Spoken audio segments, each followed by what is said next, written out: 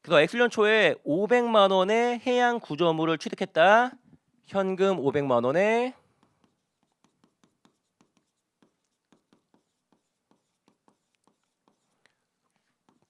구축물 500만 원. 근데 딴 거 더 있으니까 잠깐만 대기. 그 다음에 10년 후 복구 비용으로 지출한 금액 50만 원 추정했대요. 그리고 처음에 할인율이 5%예요. 그럼 50만 원 곱하기 10년 5% 현가계수 0.6139 하면은 30만 6,950원이요.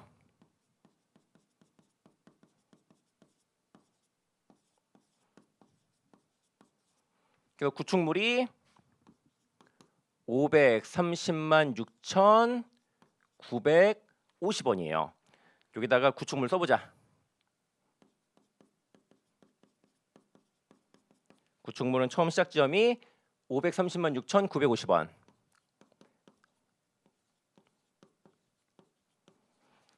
그리고 최초 인식하는 복구 충당 부채 30만 6,950원.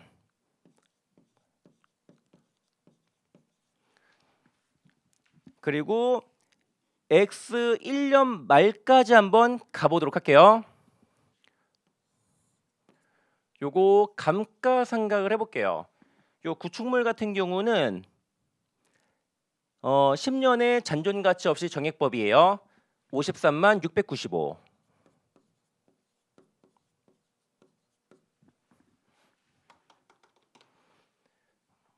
그럼 장부가치가 4776255.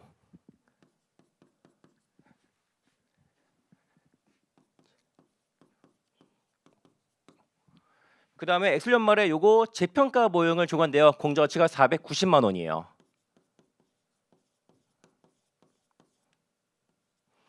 처음 재평가에서 올라가니까 요거는 재평가 잉여금 기타 포괄 손익 해주시면 되겠다. 네, 12만 3,745.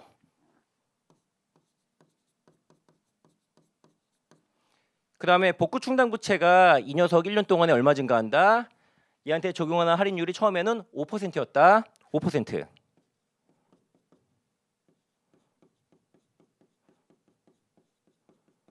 그래서 이자 비용이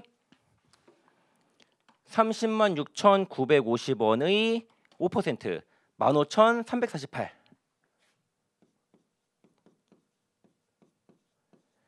그래서 X년 말 요거까지 하고 나니까 복구 충당 부채 잔액이 32만 2,298.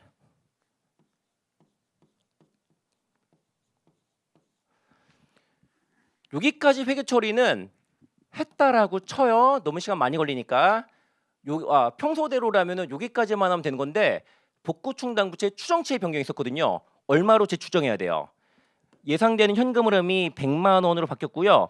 할인율 8%로 바뀌었네. 그럼 8년 남았고 그럼 100만 원 곱하기 8기한 8% 단일금액 현가계수 8년이 아니라 9년 1년 지났으니까 네, 할인율 8%로 바뀌었고요. 예상된 현금은 100만 원이에요.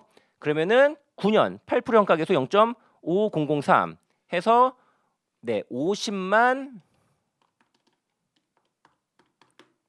300원 이렇게 하면 되는 거예요. 그래서 이번 문제는 꼴랑 50만 300원 요거 물어본 거였어요. 사실 이런 거 안 해도 돼. 근데 단기 손익 역량 물어보는 것도 여러분들이 궁금할 것 같으니까 요거 한번 회계 처리를 보여드릴게요. 요만큼 복구 충당 부채 추정 변경이에요. 요 추정 변경에 대한 회계 처리를 해보자. 추정이 변경돼 가지고 복구 충당 부채가 17만 8,002원이 증가해요.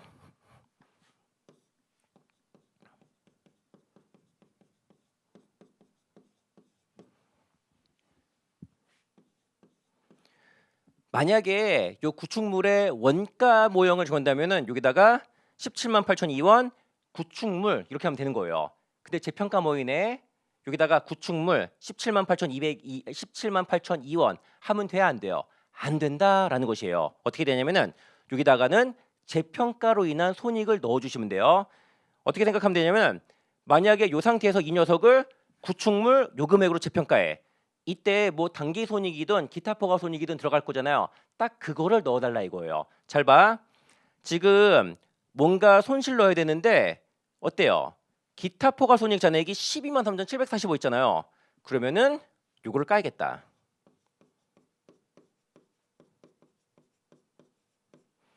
이렇게 생각하면 돼요. 다시 여기다가 구축물 해서 재평가했다고 쳐. 그러면은 그때 상대 계정 넣는 거예요. 올라갔다가 내려가는 거니까 기타 포괄 손익하고 나머지가 얼마야? 네, 54,257. 요만큼을 재평가 손실하면 돼요. 그리고 만약에 여기서 재평가 잉여금이 발생하지 않았으면 싹 다 재평가 손실이었을 거고요. 그래서 만약에 단기 손익 영향 물어본다면은 감가상각비, 이자 비용, 재평가 손실 이렇게 해야 되는 거예요. 근데 이렇게 안 풀어도 되고 요거 복구축 나온 문제 잔액만 꼴랑 물어봐서 핵심만 파악하면은 빠르게 풀 수 있는 문제가 아니었나요? 그 다음에 문제 13번부터는 우리 잠깐 쉬었다가 다음 시간에 이어서 해볼게요.